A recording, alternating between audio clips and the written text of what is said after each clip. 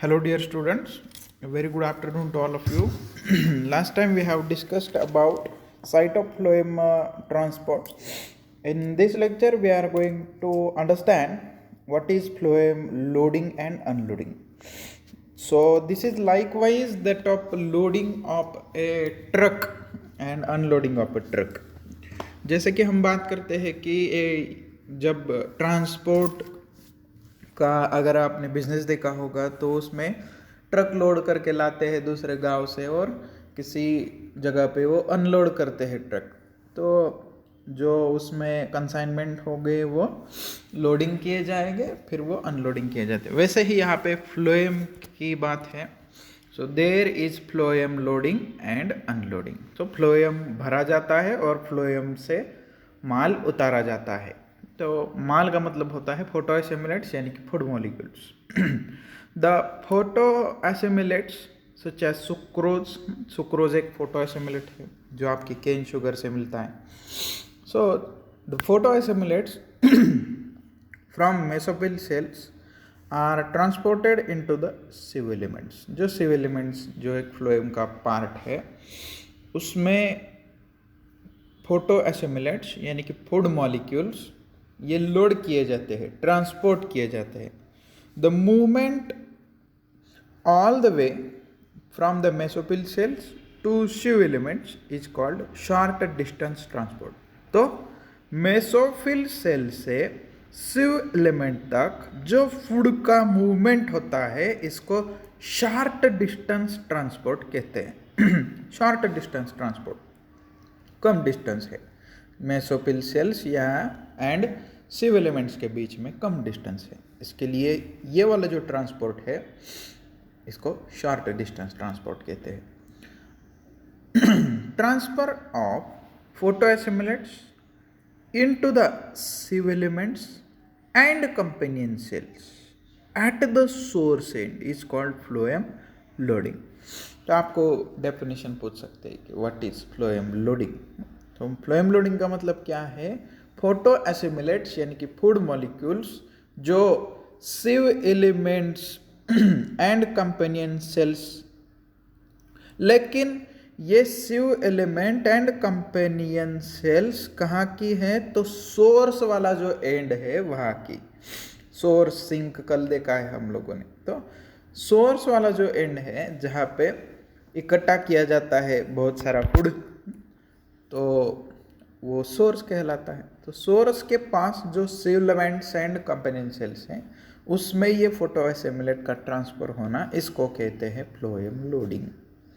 After phloem loading translocation through sieve tube from source to sink is referred as long distance transport. तो phloem load होने के बाद में जो food का ट्रांसलोकेशन होता है through sieve tube from source to sink.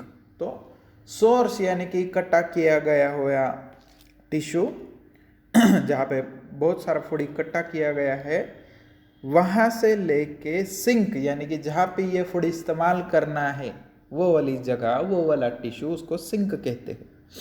तो वहाँ तक जो ट्रांसपोर्ट होता है इसको लॉन्ग डिस्टेंस ट्रांसपोर्ट कहते हैं, फूड का long distance transport. Similarly transfer from sieve elements into the target cells at the sink is called unloading of the phloem. So transfer है फूड का from sieve elements into the target cell. So sieve element से food जा रहा है किसी target cell में at the sink, और target cell कहाँ है? तो सिंक के पास है। तो वहाँ पे ये फूड आगे जाके इस्तेमाल किया जाएगा, यानी कि फाइनल रिजल्ट है कि फूड मॉलिक्यूल जो है, फोटो एसिमुलेट जो है, वो सोर्स से सिंक के पास जा रहे हैं। तो सोर्स से सिंक के पास जा रहे हैं, तो ये यहाँ पे फ्लोएम का अनलोडिंग हो रहा है। Phloem loading and unloading occurs through both symplastic as well as apoplastic pathways। दो पाथवेज है, एक होता है सिम्प्लास्टिक पाथवे, दूसरा होता है अपोप्लास्टिक पाथवे। तो लोडिंग एंड अनलोडिंग जो है वो दोनों तरीके से चलता है, सिम्प्लास्टिक पाथवे से भी, अपोप्लास्टिक पाथवे से भी। तो देखते हैं सिम्प्लास्टिक पाथवे में क्या होता है। इन सिम्प्लास्टिक फ्लोएम लोडिंग, तो लोडिंग देख रहे हैं वो भी सिम्प्लास्टिक वाला। तो सिम्प्लास्टिक फ्लोएम लोडिंग में क्या होता है, photo assimilates are translocated into the sieve tubes through specialized companion cells called intermediary cells। देखिए फिर एक बार पढ़ता हूँ, photo assimilates are translocated into sieve tubes. तो फोटो एसिमुलेट शू ट्यूब में जा रहे हैं through specialised companion cells called intermediary cells. जो इंटरमीडियरी सेल्स पिछले लेक्चर में हमने देखी थी, वहाँ से ये फूड मॉलिक्यूल जा रहे हैं कहाँ पे, तो शू ट्यूब में। दिस लोडिंग, अब हम लोग सिम्प्लास्टिक फ्लोएम लोडिंग देख रहे हैं। This loading takes place through a large number of cytoplasmic connection called plasmodesmata. तो ये कनेक्शंस क्या है, तो ये प्लास्मोडेस्माटा है। ये plasmodesmata is the connection between two cells. दो सेल के बीच में जो कनेक्शन होता है जिससे मॉलिक्यूल का ट्रांसफर होता है, फूड मॉलिक्यूल्स हो चाहे कौन से भी मॉलिक्यूल्स हो, उसका ट्रांसफर होता है cell to cell through connections. Those connections are known as plasmodesmata. तो ये था सिम्प्लास्टिक फ्लोएम लोडिंग के बारे में। यानी कि सिम्प्लास्टिक का मतलब ही है कि वो प्लास्मोडेस्माटा यानी कि जो सेल कनेक्शंस है वहाँ से फूड का ट्रांसफर होगा। अभी देखते हैं apoplastic phloem loading. In apoplastic phloem loading, photo assimilates are translocated from mesophyll cells via the bundle sheath cells to the extracellular apoplastic region। तो मेसोफिल सेल से बंडल शीथ सेल्स तक and bundle sheath cell से extra cellular apoplastic reason, जो दो cell के बीच में gap होगा उस गैप में चला आता है ये वाला फूड। तो मेसोफिल सेल में तैयार होता है, बंडल शीथ सेल में ट्रांसफर होता है, बंडल शीथ सेल से वो एक्स्ट्रा सेलुलर अपोप्लास्टिक रीजन में आ जाएगा। एक्स्ट्रा सेलुलर मैट्रिक्स भी कहते हैं कभी कभी। Then these are translocated into specialized companion cells called transfer cells. कल देखी है हमने या फिर पिछले लेक्चर में देखी है हमने ट्रांसफर सेल्स क्या होती है। तो ये जो दो सेल के बीच में गैप है वहाँ पे फूड आ गया। यहाँ पे कहीं पे भी ऐसा नहीं कहा है कि प्लास्मोडेस्माटा है, यहाँ पे प्लास्मोडेस्माटा की बात नहीं की गई है, कोई भी सेल कनेक्शन है ऐसी बात नहीं की गई है। क्या कहा है फिर, these are translocated into specialized companion cells called transfer cells by an active transport. यहाँ पे एक्टिव ट्रांसपोर्ट होता है। एक्टिव ट्रांसपोर्ट होता है यानी कि एनर्जी खर्चा की जाती है, एनर्जी का खर्चा होता है, स्पेंड होता है and then that is actively transported. Energy खर्च करके ये एक्टिवली ट्रांसपोर्टेड किया जाता है। ऊपर वाला जो सिम्प्लास्टिक वे था वहाँ पे प्लास्मोडेस्माटा होती है, तो वो एक्टिवली नहीं, वो पैसिवली होता है। So this is an energy dependent and transport protein mediated process. तो ये यहाँ पे एक्टिव ट्रांसपोर्ट है तो वहाँ पे कुछ तो ट्रांसपोर्टर प्रोटीन्स होंगे, ट्रांसपोर्ट प्रोटीन्स होंगे और उसको काम करने के लिए एनर्जी लगती है। फॉर एग्जाम्पल देखिए, sucrose, for sucrose the energy of the proton gradient is used. तो प्रोटॉन ग्रेडियंट होगा, एक साइड को प्रोटॉन का कंसंट्रेशन ज़्यादा होगा H+ यानी कि प्रोटॉन, दूसरे साइड को प्रोटॉन का कंसंट्रेशन कम होगा, तो हो गया gradient. This gradient is acting as an energy source. तो ये ग्रेडियंट जो होगा प्रोटॉन का, ये खुद एनर्जी की तरह काम करता है। So this is an energy dependent and transport protein mediated process. For example है सुक्रोज के लिए, the energy of the proton gradient is used for transport of sucrose into the transfer cells through sucrose H+ symporter. यहाँ पे होगा sucrose H+ symporter, यहाँ पे diagram में दिखाया हुआ है। तो ये क्या करता है, तो ग्रेडियंट का इस्तेमाल करता है। लो H+ कॉन्सेंट्रेशन नीचे है, हाई H+ कॉन्सेंट्रेशन ऊपर है। यानी कि मूवमेंट होगा हाई से लो की तरफ, और इसी दौरान ये H+ अंदर आएगा, उसके साथ साथ सुक्रोज भी अंदर आएगा। इस मोमेंट को सिम्पोर्ट कहते हैं, ये भी पढ़ लिया है हमने पिछले लेक्चर्स में। तो सिम्पोर्टिक मोमेंट है। सो वाया सुक्रोज प्रोटॉन सिम्पोर्टर ये अंदर चले आते। The proton gradient is generated by H+ ATPase. ये प्रोटॉन ग्रेडियंट जनरेट कौन करता है? तो ये यहाँ पे जो H+ एटीपेज है, ये H+ एटीपेज जनरेट करता है। यहाँ पे एनर्जी खर्चा की जाती है, एनर्जी खर्चा करके H+ जहाँ से लो है वहाँ से हाई की तरफ भेजा जाता है पहले तो। Then there is generation of gradient, proton gradient. Proton का कॉन्सेंट्रेशन बाहर ज़्यादा हो जाएगा, अंदर कम हो जाएगा। इसकी वजह से प्रोटॉन फिर से अंदर आ जाएंगे और आते आते ये सुक्रोज को लेके आएंगे वाया सुक्रोज H+ इम्पोर्टर। तो सुक्रोज का अपटेक कैसे होता है? Sorry, the proton gradient is generated by H+ ATPase present in the plasma membrane. Plasma membrane के ऊपर प्रोटॉन H+ एटीपेज है, वो ग्रेडियंट जनरेट करेगा और सुक्रोज अंदर आ जाएगा। From transfer cells photoassimilate subsequently enter into the sieve tube elements via plasmodesmata. वहाँ से ये जो ट्रांसफर सेल्स है वहाँ से स्यू ट्यूब एलिमेंट में आगे फूड भेजा जाएगा। इन सिम्प्लास्टिक अनलोडिंग, जब जब सिम्प्लास्टिक अनलोडिंग होता है, symplastic, the phloem sap reach the cells of sink organs. जो सिंक ऑर्गन्स होंगे वहाँ तक फ्लोएम सैप जाता है। सिम्प्लास्टिक है यानी कि वो प्लाज्मोडेस्माटा के कनेक्शन से जाता होगा। From sieve tube elements to companion cell complex via plasmodesmata. Sieve tube element से वो कंपेनियन सेल तक जाएगा जहाँ पे वो टेम्पररीली स्टोरेज किया जाएगा, सिंक में भी। इन अपोप्लास्टिक अनलोडिंग, जब अपोप्लास्टिक अनलोडिंग होता है, the substances are transported from sieve tube element companion cell complex, अभी जो पढ़ा था, to extra cellular apoplastic region. यहाँ से sieve tube element companion cell complex से ये भेजा जाएगा एक्स्ट्रा सेलुलर अपोप्लास्टिक रीजन में, दो सेल के बीच में जो गैप है वहाँ पे भेजा जाएगा। Then they are taken up into the cells of the sink organ. जो सिंक ऑर्गन्स है वहाँ की सेल्स इसको ले लेगी। Unloading through apoplastic pathway is an active process. तो एक्टिव प्रोसेस होती है, ये एनर्जी खर्चा करना पड़ता है एंड रिक्वायर्स मेटाबॉलिक एनर्जी, तो एनर्जी खर्चा करनी पड़ेगी। आगे देखते हैं थोड़ा सा एक मैकेनिज्म, ये भी इम्पोर्टेंट है, मुंच हाइपोथेसिस है, फ्लोएम लोडिंग एंड अनलोडिंग का एक हाइपोथेसिस है। फ्लोएम लोडिंग एंड अनलोडिंग कैसे किया जाता है?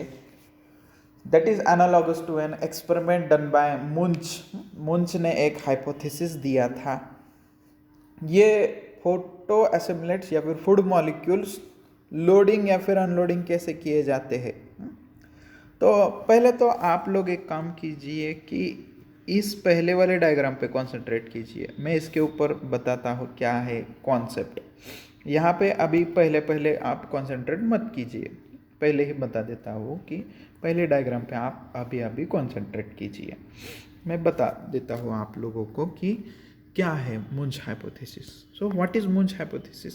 देखिए ये इसी को कहते हैं प्रेशर फ्लो हाइपोथेसिस और मास फ्लो हाइपोथेसिस। तो मास फ्लो होता है प्रेशर की वजह से, ऐसा कहा है।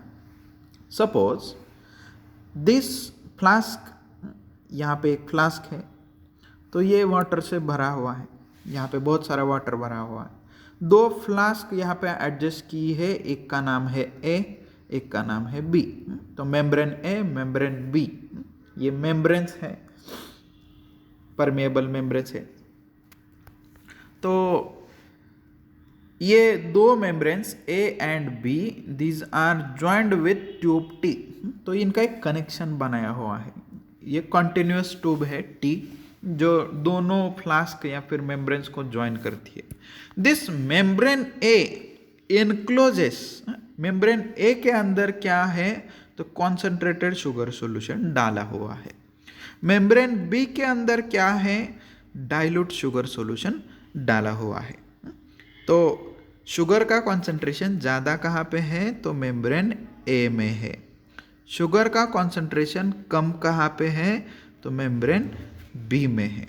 तो मेम्ब्रेन बी के अंदर, उसके अंदर शुगर का कॉन्सेंट्रेशन कम है, यानी कि शुगर सॉल्यूशन डाइल्यूट है। दूसरी लैंग्वेज में वहाँ पे पानी ज़्यादा है मेम्ब्रेन बी में, प्लस मेम्ब्रेन ए में पानी कम है, शुगर ज़्यादा है, क्योंकि concentration of sugar solution is high. Simple है, कॉन्सेंट्रेटेड शुगर सॉल्यूशन। अभी कर दिया क्या, इनको ट्यूब टी से कनेक्ट कर दिया और ये दोनों फ्लास्क मैंने डुबो दिए, इंसर्ट कर दिए वाटर में। तो ये वाटर है फ्लास्क के अंदर, ये जो बड़ा वाला फ्लास्क है उसके अंदर वाटर है, और ये दोनों ट्यूब से कनेक्ट, टी ट्यूब से दोनों फ्लास्क कनेक्ट किए, मेम्ब्रेन्स कनेक्ट किए, और मैंने दोनों फ्लास्क डुबो दिए पानी में। तो अब क्या होगा? Water will enter into this both.